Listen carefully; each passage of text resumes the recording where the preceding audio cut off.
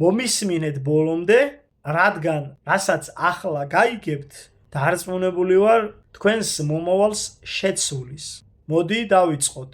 სად არის რეალურად ედემის ბაღი და რა კავშირშია ედემის ბაღთან საქართველო? დიახ, ალბათ ბევრმა არ იცის, ედემის ბაღიდან გამოედინებოდა 4 მდინარე: გიხონი, ფიზონი, ტიგროსი და ევფრატი. ტიგროსი და ევფრატი დღესდღეობით მიედინება ჩრდილოეთიდან სამხრეთის მიმართულებით, მაგრამ კვლევარები და მათ შორის ათეისტი მეცნიერებიც კი თანხმდებიან იმაზე, რომ ტიგროსი და ევფრატი ადრე არა ჩრდილოეთიდან სამხრეთისკენ, არამედ სამხრეთიდან ჩრდილოეთისკენ მიედინებოდა. ანუ მარტივად რომ ვთქვათ, ტიგროსი და ევფრატი სათავეს იღებს დღევანდელი თურქეთის აღმოსავლეთ ტერიტორიაზე და ამ ტერიტორიიდან ტიგროსი და ევფრატი მიედინება სამხრეთისკენ და მანამდე მიედინებოდა საქართველოს მიმართულებით. თუ ამ თეორიას მივყვებით, გიხონი გამოდის სავარაუდოდ მტკვარი და ფიზონი გამოდის რიონი. რატომ? იმიტომ რომ ძველად რიონს ერქვა რა?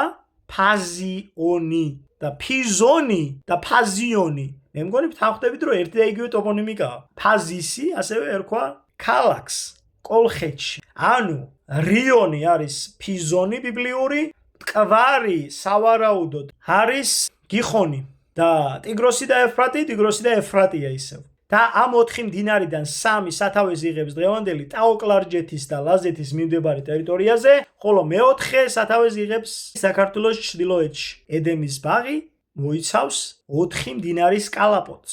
ანუ ედემის ბაღი გამოდის საქართველოს ტერიტორია. დღევანდელი საქართველოს ტერიტორია უბრალოდ არ არის შერჩეული როგორც აღთქმული მიწა.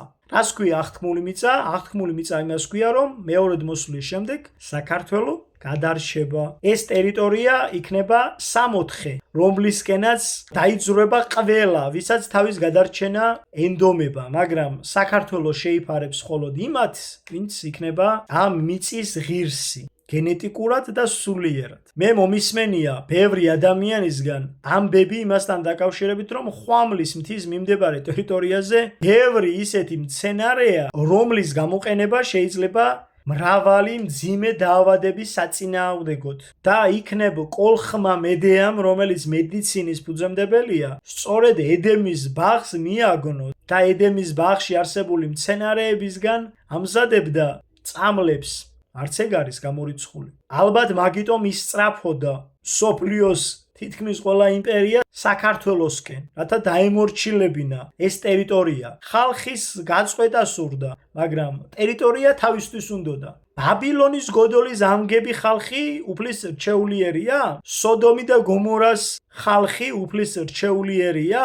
მოლოხის კერპის ამგები ხალხი უფლის რჩეულიერია? ეგვიპტელები უფლის რჩეულიერია? და რატომ არ არიან ისინი უფლის რჩეული? იმიტომ რომ მათ ომი გამოუცხადეს უფალს. ის ხალხი იქნება უფლის რჩეული, ვინც იბრძვის უფლისთვის, ვინც თავს წირავს უფლისთვის, ვისაც არ ენანება თავისი სიცოცხლე სიმართლისთვის, ჭეშმარიტებისთვის, ანუ უფლისთვის. აი ამიტომ ვართ ჩვენ რჩეულნი. ძალიან მარტივი რამეა. ვინც მებრძოლი ათეისტია, ვინც ეკლესიებს ანგრევს, ვინც ხატებს წვავს, ვინც წმინდანებს აწამებს, ის და ვინც თავს წირავს ქრისტეს გამო, იქითა სამყაროში, ორივე სამოთხეში არ მოხვდება, ეს ხომ ფაქტია. ანუ უფალს არ უყვარს ყველა ადამიანი? როგორ არ უყვარს? მაშინ რატო არ ხვდება ყველა სამოთხეში? იმიტომ რომ თვითონ ის ადამიანი იძულებს ღმერთს. ვინც ქრისტეს იძულებს და ვინც ქრისტეს ებრძვის, ის ქრისტესთან ვერ მოხვდება. სადაც არის სიმართლე და სიკეთე, იქ არის უფალი და სადაც არის უფალი, იქ არის გამარჯვება. უფალმა გაგახაროთ და გაგაძლიეროთ, უფალმა კეთილ გზაზე გადაროთ მუდამ.